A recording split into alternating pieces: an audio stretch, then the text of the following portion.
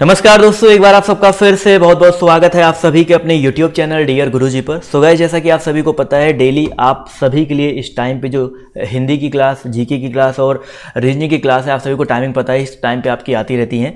तो जितने भी लोग यहाँ पर जुड़े हैं, फटाफट वीडियो को लाइक और शेयर कर दें। और ये क्लास लगभग 4:45 से 4:50 से चलती है, टाइम याद रखिएगा। और आज जो है सभी को पता है भाई 25 दिसंबर है, बहुत ही अच्छा दिन है, क्रिसमस डे है, अटल बिहारी वाजपेयी जी का जन्म दिवस है, तुलसी पूजन दिवस है, पंडित मदन मोहन मालवीय जी का भी जो जन्मदिन है आज ही के दिन होता है। तो बहुत ही शुभ दिन है।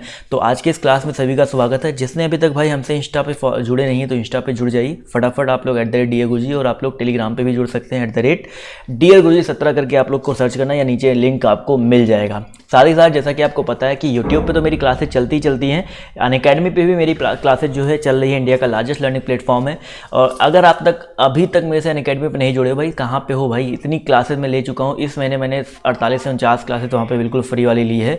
और उन सबका फ़ायदा या आने वाली इन फ्यूचर जितने भी मेरे एग्जाम्स क्लासेज आएंगे उनका फ़ायदा उठाने के लिए आपको सिंपल सा अनअकैडमी ऐप डाउनलोड करना है, वहाँ पर मुझसे जुड़ जाना है। और अनअकैडमी पर प्लस में जाते हैं तो प्लस में RO, ARO, UPPSC जो आपके बड़े बड़े एग्जाम्स हैं उनकी तैयारी बिल्कुल फ्री में चल रही है। हर महीने हर हफ्ते नया नया बैच जो है स्टार्ट होता है। तो अगर आप हिंदी में, इंग्लिश में, किसी भी लैंग्वेज में आप लोग तैयारी करना चाहते हैं तो आप लोग आराम से ज्वाइन कर सकते हैं। उसके लिए भी आपको सिंपल सा इसी कोड का यूज़ करना पड़ेगा, डियर गुरुजी, जिससे आपको 10% का डिस्काउंट मिलेगा। और ये इनवाइट कोड यूज करने से आप मेरी क्लासेस का फ़ायदा बिल्कुल फ्री में भी उठा सकते हो। तो दोनों चीज़ याद रखिएगा, फ्री के लिए भी है और आपका प्लस के लिए भी आपका यही सेम कोड रहने वाला है। तो चलिए दोस्तों स्टार्ट करते हैं क्लास को। तो पहला क्वेश्चन देखिए आज का आपके सामने ये रहा कि भारत में सबसे पुराना लौह युग जो है जुड़ा हुआ है किससे। तो दोस्तों भारत में सबसे पुराना, देखिए लौह युग से 2-3 क्वेश्चन है, मैं आपको आराम से करवा दूंगा, याद रखिएगा।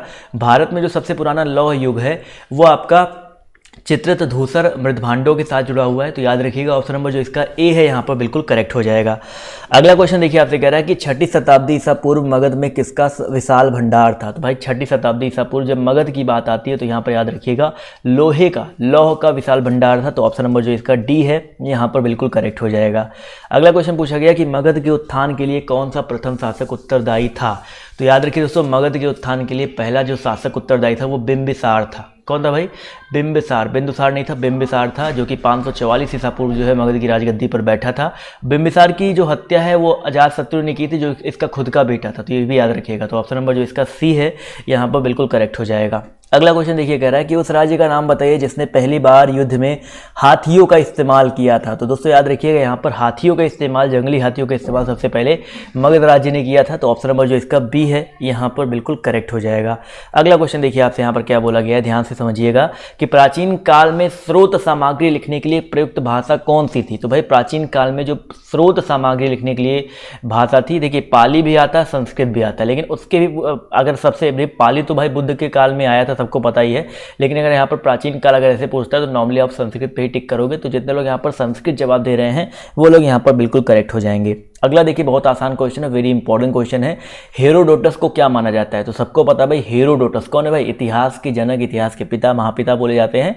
तो ऑप्शन नंबर जितने लोग ए जवाब दे रहे हैं वो लोग यहाँ पर बिल्कुल करेक्ट हो जाएंगे। अगला क्वेश्चन देखिए आपसे कह रहा है कि अलेक्जेंडर और पोरस की लड़ाई जो है लड़ी गई थी। अब देखो यहाँ पर क्वेश्चन के जो ऑप्शन थोड़े से कंफ्यूजिंग है। सबको पता भाई सिकंदर और पोरस की लड़ाई कहाँ पे हुई थी, झेलम नदी के किनारे हुई थी। और झेलम नदी को हाइड स्पीच भी बोला जाता है। तो दोनों यहाँ पर देखिए करेक्ट हो सकता है ना। तो यहाँ पर अगर पेपर में दोनों आता है तो आप क्या करोगे, देखो यहाँ पर अगर आयोग की बात करते हैं तो उसने भैया झेलम को सही माना है तो झेलम पे जाएंगे, बट हाइड स्पीच भी उसी का नाम है, तो याद रखिएगा। अगला क्वेश्चन देखिए आपसे क्या कह रहा है कि किसकी सेना ने ग्रीक शासक सिकंदर के साथ झेलम नदी के तट पर मुकाबला किया। देखो भाई अभी इसके जस्ट पहले वाले क्वेश्चन में दिया गया था ना, किसके शासक के साथ भाई, पोरस के साथ। बिल्कुल सही जवाब आ रहा है सर, पोरस की अगर हम बात करते हैं तो यहाँ पर ऑप्शन नंबर जो इसका सी है यहाँ पर बिल्कुल करेक्ट हो जाएगा। अगला क्वेश्चन देखिए आपसे यहाँ पर, अच्छा इसमें हार किसकी हुई थी भाई, पोरस की हार हुई थी, बिल्कुल सही है। अगला क्वेश्चन पूछा गया कि यहूदियों के धार्मिक पाठ का नाम क्या है। कई बार मैं आपको बता चुका हूँ, यूनानियों को भी बता चुका हूँ, यहूदियों का भी बता चुका हूँ। तो यहूदियों की अगर हम बात करते हैं तो यहूदियों का जो धार्मिक पाठ है वो आपका मूसा संहिता है, ठीक है भाई। और अगर हम बात करते हैं जेंदावस्ता की बात करते हैं तो ये पारसियों का, यूनानियों का होता है, तो जेंदावस्ता ये उनका होगा। लेकिन यहूदी की बात करते हैं तो मूसा संहिता हो जाएगा। अगला क्वेश्चन, त्रिपिटक किसका होता है भाई, त्रिपिटक जो है आपका होता है बौद्ध धर्म वालों का। अगला क्वेश्चन देखिए आपसे यहाँ पर क्या बोला गया है कि भैया निम्नलिखित में से मगध के राजवंशों को कालक्रम के अकॉर्डिंग लिखना है। तो देखो मगध के राजवंशों की अगर हम बात करते हैं तो सबसे पहले आपका यहाँ पर हर्यक वंश आया था, ठीक है। हर्यक वंश 544 ईसा पूर्व में आया था। इसके बाद आपका शिशुनाग वंश आया था, ठीक है। शिशुनाग वंश आपका 412 ईसा पूर्व आया था। उसके बाद आपका नंद वंश आया था, ये आपका जो है 345 ईसा पूर्व आया था। अगर हम बात करते हैं भाई इसके बाद मौर्य वंश आया था आपका 322 ईसा पूर्व। तो यहाँ पर जो है हर्यक, शिशुनाग, नंद और मौर्य, यानी कि ऑप्शन नंबर जो इसका सी दिया गया 4, 2, 1 और 3, जितने लोग सी जवाब दे रहे हैं वो लोग यहाँ पर बिल्कुल करेक्ट हो जाएंगे। अगला क्वेश्चन देखिए आपसे कह रहा है कि महाभाष्य लिखा था किसने? बताइए सर, महाभाष्य जो है किसने लिखा था? फटाफट जवाब देते हुए चलेंगे भाई। अगर हम बात करते हैं महाभाष्य के बारे में तो महाभाष्य दोस्तों लिखा गया था पतंजलि के द्वारा। तो जितने लोग यहाँ पर पतंजलि जवाब दे रहे हैं वो लोग यहाँ पर बिल्कुल करेक्ट हो जाएंगे। अगला क्वेश्चन देखिए आपसे यहाँ पर क्या बोला गया है। क्वेश्चन नंबर अगर हम बात करते हैं 12 के बारे में तो निम्नलिखित नामों में से प्राचीन भारत के चिकित्सकीय त्रय की पहचान करिए। बताइए सर, फटाफट क्वेश्चन नंबर 12 का यहाँ पर जवाब देते हुए चलेंगे। चिकित्सकीय त्रय की पहचान करना है तो चिकित्सकीय, चिकित्सा से संबंधित कौन कौन से यहाँ पर है तो याद रखिए दोस्तों, यहाँ पर अगर हम बात करते हैं चिकित्सक आयुर्वेद में जो सिद्धस्थ थे आपके कौन कौन से थे? चरक, सुश्रुत और वाघभट्ट, ठीक है। ये चिकित्सा के मामले में नंबर 1 पर आते थे और यही आते थे। तो ऑप्शन नंबर जो इसका सी है वो यहाँ पर बिल्कुल करेक्ट हो जाएगा। अगला क्वेश्चन देखिए आपसे क्या कह रहा है कि यूनानियों का भारत से बाहर किसने निकाला? बताइए सर, यूनानियों को भारत से बाहर जो है मौर्य काल की यहाँ पर देखिए बात हो रही है और आप सभी को यहाँ पर जवाब देते हुए चलना है। तो बिल्कुल सही जवाब आ रहा है, यूनानियों को भारत से जो है बाहर चंद्रगुप्त मौर्य ने निकाला था। बिल्कुल सही बात है। तो ऑप्शन नंबर ए जितने लोग जवाब दे रहे हैं वो लोग यहाँ पर बिल्कुल करेक्ट हो जाएंगे। अगला क्वेश्चन देखिए भाई, क्योंकि आप सभी को पता है कि सेल्यूकस और चंद्रगुप्त मौर्य के मध्य में युद्ध हुआ था और सेल्यूकस ने चंद्रगुप्त मौर्य के साथ अपने पुत्र के विवाह कर दिया था दहेज रूप में। मतलब बहुत सारी चीज़ें होती है, सबको पता है। अगला क्वेश्चन देखिए आपसे कह रहा है कि चंद्रगुप्त मौर्य ने अपने अंतिम दिन कहाँ पे गुजारे थे? बताइए सर, चंद्रगुप्त मौर्य ने अपने जो अंतिम दिन है कहाँ पे गुजारे थे? तो याद रखिए दोस्तों, श्रावण बेलगोला। तो ऑप्शन नंबर जो इसका डी दिया गया यहाँ पर बिल्कुल करेक्ट हो जाएगा। श्रावण बेलगोला में गुजारे, तो ऑप्शन नंबर जो इसका डी है यहाँ पर बिल्कुल करेक्ट हो जाएगा। अगला क्वेश्चन देखिए आपसे यहाँ पर क्या पूछा गया है कि भाई चंद्रगुप्त मौर्य का पुत्र कौन था? बताइए सर, चंद्रगुप्त मौर्य का जो पुत्र है कौन था? तो बिल्कुल सही जवाब आ रहा है सर, चंद्रगुप्त मौर्य का पुत्र बिंदुसार था। ठीक है दोस्तों, बिंदुसार को अमित्रघात भी कहा जाता था। तो यहाँ पर ऑप्शन नंबर जो इसका ए है यहाँ पर बिल्कुल करेक्ट हो जाएगा। अगला क्वेश्चन देखिए कह रहा है कि बिंदुसार का पुत्र बताइए कौन सा था? बिंदुसार तो हो गया अभी, अब बिंदुसार का पुत्र जो है कौन था? तो बिल्कुल सही जवाब है सर, बिंदुसार का जो पुत्र है अशोक, महान अशोक था। तो ऑप्शन नंबर जो इसका ए है यहाँ पर बिल्कुल करेक्ट हो जाएगा। इसी के बाद पूछा गया है कि बिंदुसार के शासन के दौरान अशांति कहाँ पर थी? बताइए सर, बिंदुसार का जब शासन चल रहा था तो अशांति कहाँ पर थी? तो याद रखिए दोस्तों, तक्षशिला। जितने भी लोग यहाँ पर तक्षशिला जवाब दे रहे हैं वो लोग यहाँ पर बिल्कुल करेक्ट है, क्योंकि भाई तक्षशिला जो बिंदुसार है उसके शासनकाल में तक्षशिला में विद्रोह हुआ था, इसलिए यहाँ पर अशांति जो है तक्षशिला में थी। अगला क्वेश्चन पूछा गया है कि अशोक के अधीन मौर्य राजतंत्र का सबसे सही वर्णन निम्नलिखित में से कौन सा होगा? मौर्य राजतंत्र का सबसे सही वर्णन अशोक के अधीन की अगर हम बात करते हैं तो प्रबुद्ध स्वेच्छाचारी शासन। ठीक है, ये बहुत इंपॉर्टेंट क्वेश्चन है। यहाँ पर ऑप्शन नंबर जो इसका ए है प्रबुद्ध स्वेच्छाचारी शासन, यहाँ पर ऑप्शन नंबर ए यहाँ पर बिल्कुल करेक्ट हो जाएगा। अगला क्वेश्चन देखिए आपसे कह रहा है कि अशोक की प्रशासनिक नीति में भारी परिवर्तन किस घटना से आया? बताइए सर, प्रशासनिक नीति में भारी परिवर्तन किस घटना से आया था? तो दोस्तों यहाँ पर याद रखिए कलिंग युद्ध। बिल्कुल सही बात है सर, कलिंग युद्ध। जितने लोग यहाँ पर जवाब दे रहे हैं वो लोग यहाँ पर बिल्कुल करेक्ट हो जाएंगे। क्लियर है? चलिए दोस्तों आते हैं अगले क्वेश्चन की तरफ। तो अगला प्रश्न देखिए आपसे यहाँ पर क्या बोला गया, ध्यान से देखिएगा। क्वेश्चन नंबर हम बात करते हैं 8 के बारे में। तो निम्नलिखित में से वह व्यक्ति कौन है जिसका नाम देवानाम प्रियदर्शी था? बताइए सर, देवानाम प्रियदर्शी जो है किसका नाम था? जवाब देखिए यहाँ पर आना शुरू हो गया है दोस्तों, याद रखिएगा मौर्य राज अशोक। ठीक है, राजा अशोक का ही नाम देवानाम प्रियदर्शी, बहुत सारे नामों से इनको जाना जाता था। तो यहाँ पर याद रखिएगा ऑप्शन नंबर जो इसका ए है वो यहाँ पर बिल्कुल करेक्ट हो जाएगा। अगला क्वेश्चन देखिए आपसे यहाँ पर क्या बोला गया है कि देवनाम प्रिया, सेम क्वेश्चन फिर से रिपीट हो गया है। तो दोस्तों याद रखिएगा देवनाम प्रिया जो है चंद्रगुप्त मौर्य का ही नाम था। तो जितने लोग यहाँ पर ऑप्शन नंबर ए जवाब दे रहे हैं वो लोग यहाँ पर बिल्कुल करेक्ट हो जाएंगे। अगला क्वेश्चन देखिए आपसे यहाँ पर क्या बोला गया है, ध्यान से देखिए कि भाई निम्नलिखित में से किसकी जानकारी अशोक के शिलालेखों से मिलती है? तो अशोक के शिलालेखों से दोस्तों यहाँ पर अगर देखा जाए तो आंतरिक नीति, जीवन वृत्त और विदेशी नीति, इन सब की जो जानकारी मिलती है। तो जितने लोग यहाँ पर ऑप्शन नंबर डी जवाब दे रहे हैं, सभी विकल्प सही हैं, वो लोग यहाँ पर बिल्कुल करेक्ट हो जाएंगे। अगला क्वेश्चन देखिए आपसे यहाँ पर क्या बोला गया, ध्यान से समझिएगा कि भाई कलिंग युद्ध के बाद, देखिए क्वेश्चन क्या कह रहा है, कलिंग युद्ध के बाद निम्नलिखित में से किसने महाराज अशोक के रूपांतरण को दर्ज किया? फटाफट जवाब देते हुए चलेंगे। क्वेश्चन नंबर आपके यहाँ पर जो 11 है, इसका करेक्ट आंसर आपका क्या हो जाएगा? दोस्तों याद रखिएगा, कलिंग युद्ध के बाद यहाँ पर जो रॉक एडिक्ट आपके कौन से नंबर के थे भाई? यहाँ पर रॉक एडिक्ट 13वें जो थे, ये इंपॉर्टेंट क्वेश्चन है, नया क्वेश्चन भी आप लोग के लिए होगा। तो आपका यहाँ पर याद रखिए, रॉक एडिक्ट 13वां का मतलब क्या होता है? देखो इंग्लिश में लिख दिया तो लोग थोड़े कन्फ्यूज हो गए, बट यहाँ पर इसका जो हिंदी अर्थ होता है 13वां शिलालेख, ठीक है, 13वां शिलालेख। अभी समझ में आ गया ना? तो 13वें शिलालेख में जो है मिलता है। तो जितने लोग ऑप्शन नंबर डी जवाब दे रहे हैं वो लोग यहाँ पर बिल्कुल करेक्ट हो जाएंगे।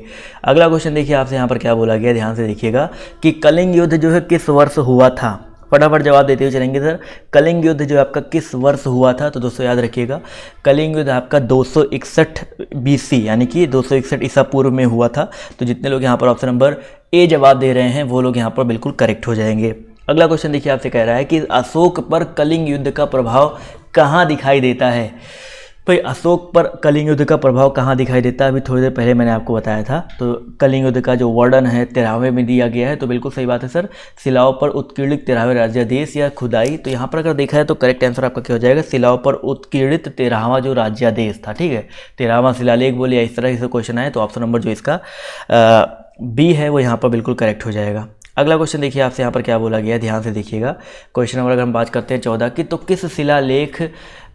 किस शिला राजादेश में अशोक ने कलिंग युद्ध के हताहतों का, वही सेम क्वेश्चन रिपीट हो गया तो इसको स्किप करेंगे। सबको पता है शिला राजादेश 13वां में इसका सेम क्वेश्चन रिपीट हो गया, बस लैंग्वेज थोड़ा सा अलग हो गया, ठीक है।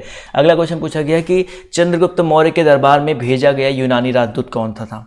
चंद्रगुप्त मौर्य के दरबार में भेजा गया यूनानी राजदूत जो है कौन सा था? बिल्कुल सही जवाब आ रहा है सर यहाँ पर, जितने लोग जवाब दे रहे हैं मेगास्थनीज, ठीक है। यूनानी राजदूत बोला गया ना, कुछ लोग सेल्यूकस बोल रहे हैं, वो यूनानी शासक था ना कि कोई यूनानी राजदूत। तो जितने लोग यहाँ पर ऑप्शन नंबर सी जवाब दे रहे हैं वो लोग यहाँ पर बिल्कुल करेक्ट हो जाएंगे। अगला क्वेश्चन देखिए आपसे यहाँ पर क्या बोला गया, ध्यान से देखिएगा कि भैया मौर्य दरबार में ग्रीस के राजदूत का क्या नाम था? मौर्य दरबार में ग्रीस के राजदूत का नाम बताइए सर क्या था? तो उससे याद रखिएगा यहाँ पर जो करेक्ट आंसर आपका हो जाएगा मेगास्थनीज, ठीक है।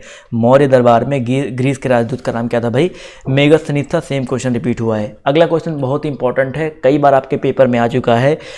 इंडिका जो है किसने लिखी है? बताइए सर, इंडिका जो है किसने लिखी है? सबको पता भाई, इंडिका जो है मेगास्थनीज ने लिखा है। तो जितने लोग यहाँ पर ऑप्शन नंबर बी जवाब दे रहे हैं वो लोग यहाँ पर बिल्कुल करेक्ट हो जाएंगे। अगला क्वेश्चन देखिए आपसे यहाँ पर क्या पूछा गया है कि अशोक ने किस बौद्ध साधु से प्रभावित होकर बौद्ध धर्म अपनाया था? बताइए सर, अशोक ने किस बौद्ध साधु से प्रभावित होकर के जो है बौद्ध धर्म अपनाया था? तो जितने लोग यहाँ पर जवाब दे रहे हैं ऑप्शन नंबर कौन सा भाई करेक्ट हो जाएगा? ऑप्शन नंबर बी वाला, उपगुप्त। बहुत ही इंपॉर्टेंट क्वेश्चन है, याद रखिए दोस्तों, उपगुप्त से प्रभावित होकर के जो है बौद्ध धर्म अपनाया था। तो ऑप्शन नंबर जो इसका बी है यहाँ पर बिल्कुल करेक्ट हो जाएगा। अगला क्वेश्चन देखिए आपसे यहाँ पर क्या बोला गया है, ध्यान से देखिएगा। क्वेश्चन नंबर हम बात करते हैं 19 के बारे में। तो चंद्रगुप्त मौर्य का प्रसिद्ध गुरु चाणक्य निम्नलिखित में से किस विद्या केंद्र से संबंधित था? 19 नंबर क्वेश्चन है, सभी लोग जवाब देते हुए चलेंगे। तो चाणक्य की अगर हम बात करते हैं दोस्तों, तो चाणक्य जो है आपके तक्षशिला विद्या केंद्र से, ठीक है, तक्षशिला विद्या केंद्र से संबंधित थे।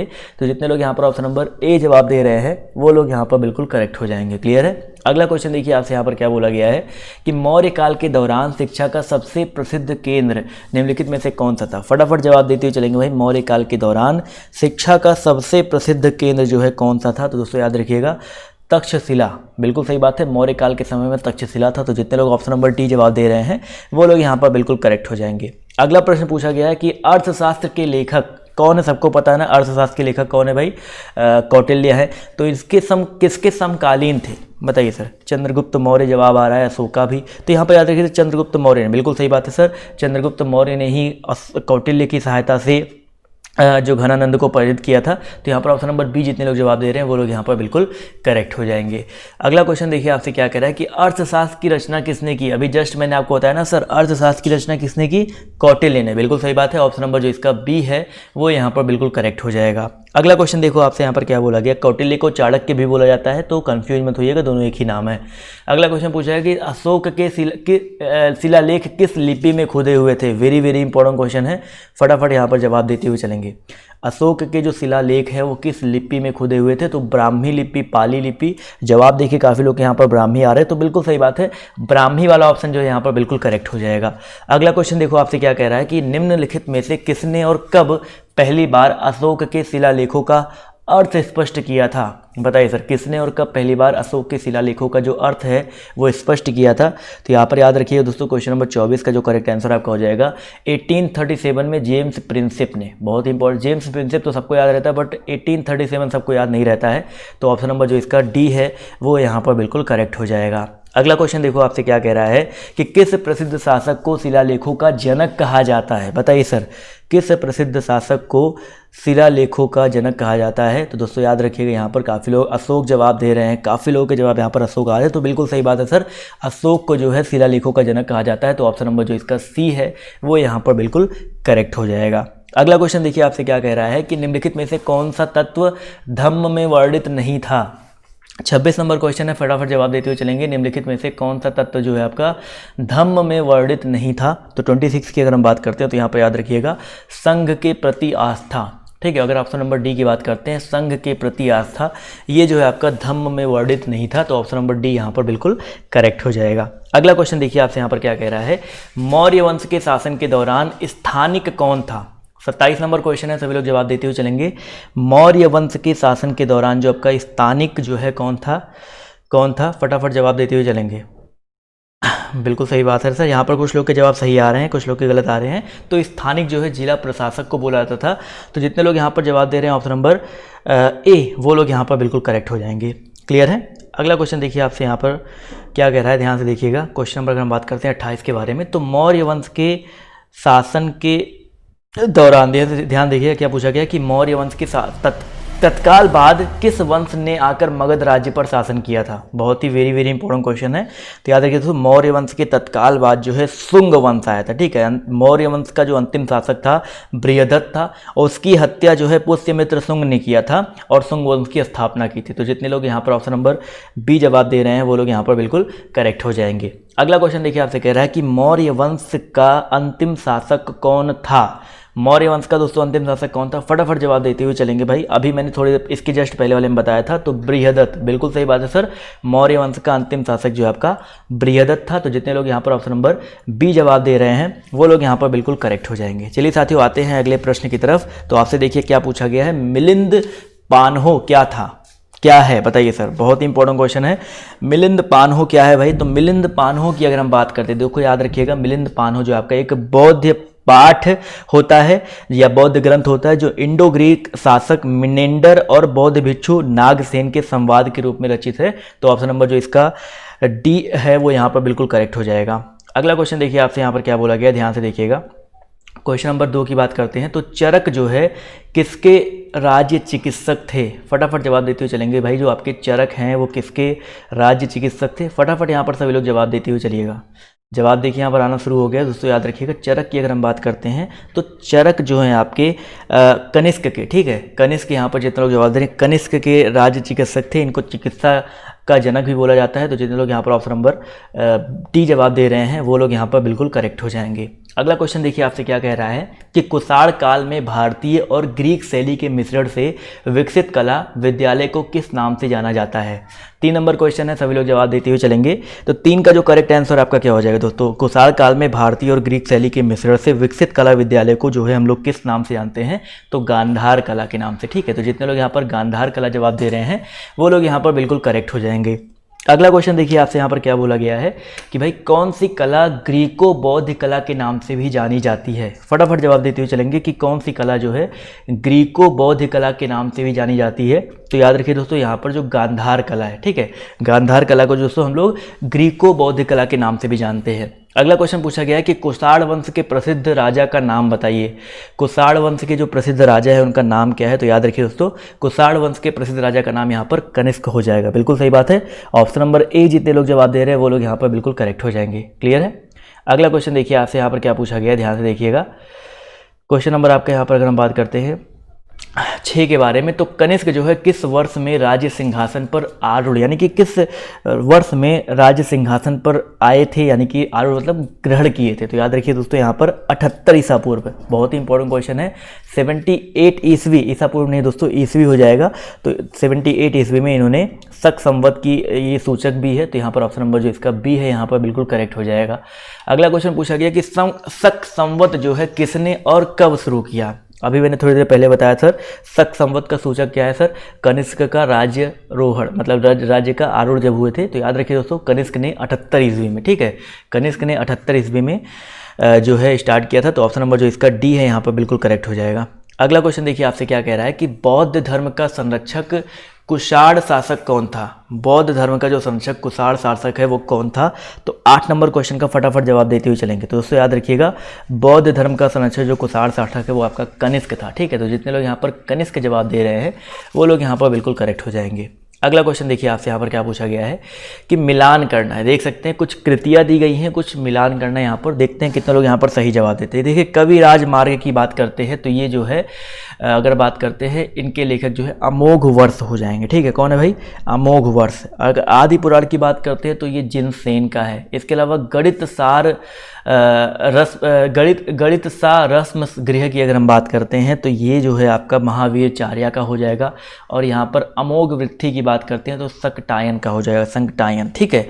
तो ये थोड़ा सा मान सकते हैं नया क्वेश्चन काफ़ी लोग के लिए रहा होगा, बट 2012-13 में ये क्वेश्चन पूछा गया था, ठीक है। तो याद रखिएगा यहाँ पर ऑप्शन नंबर जो इसका सी दिया गया है यहाँ पर बिल्कुल करेक्ट हो जाएगा।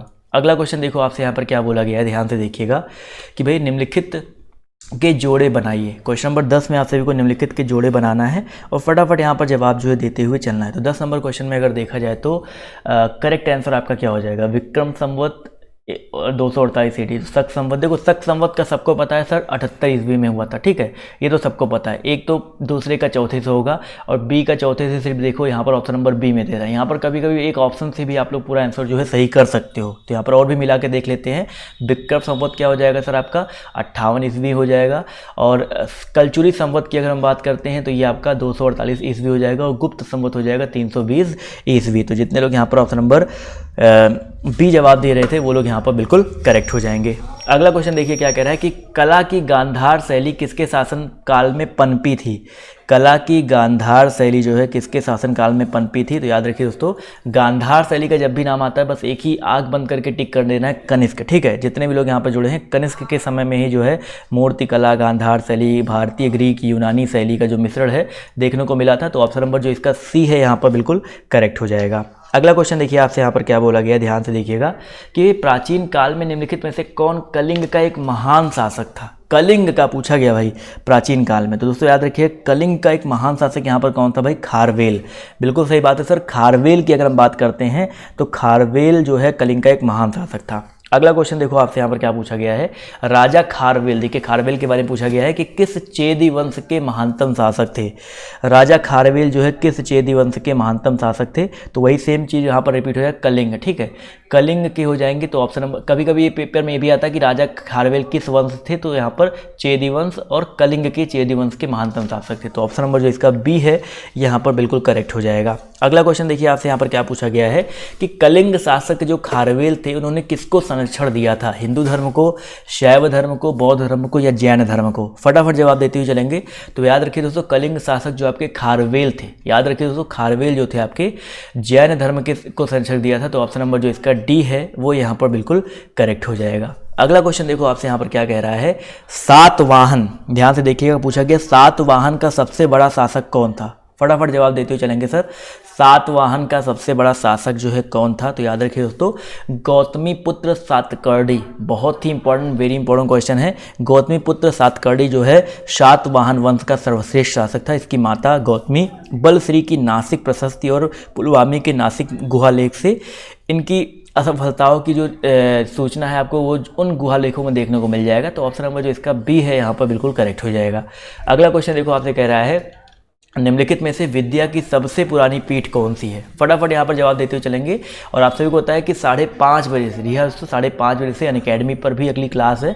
तो ये क्लास जैसे ही ख़त्म होती है तो 5:30 बजे आप लोग अनअकैडमी वाली क्लास में ज़रूर से ज़रूर पधारिएगा। बहुत ही इंपॉर्टेंट क्वेश्चन वहाँ भी करवाए जाएंगे। और आज वहाँ पर भारत का भूगोल पार्ट 1 चलने वाला है, तो आप लोग जरूर आइएगा। नीचे लिंक और पहले डिस्क्रिप्शन बॉक्स में और पहला लिंक मैंने पिन कर दिया है। तो 16 नंबर क्वेश्चन की अगर हम बात करते हैं तो विद्या की सबसे पुरानी पीठ जो है आपकी तक्षशिला है। जितने लोग यहाँ पर तक्षशिला जवाब दे रहे हैं वो लोग यहाँ पर बिल्कुल करेक्ट हो जाएंगे। मौर्य युग के पहले ही स्थापित हो चुका था, सबको पता है। तो जितने लोगों ने ऑप्शन नंबर ए जवाब दिया है वो लोग यहाँ पर बिल्कुल करेक्ट हो जाएंगे। दोस्तों आज के रहिए कुछ इंपॉर्टेंट क्वेश्चन। अब मिलते हैं आप सभी से 5:30 बजे।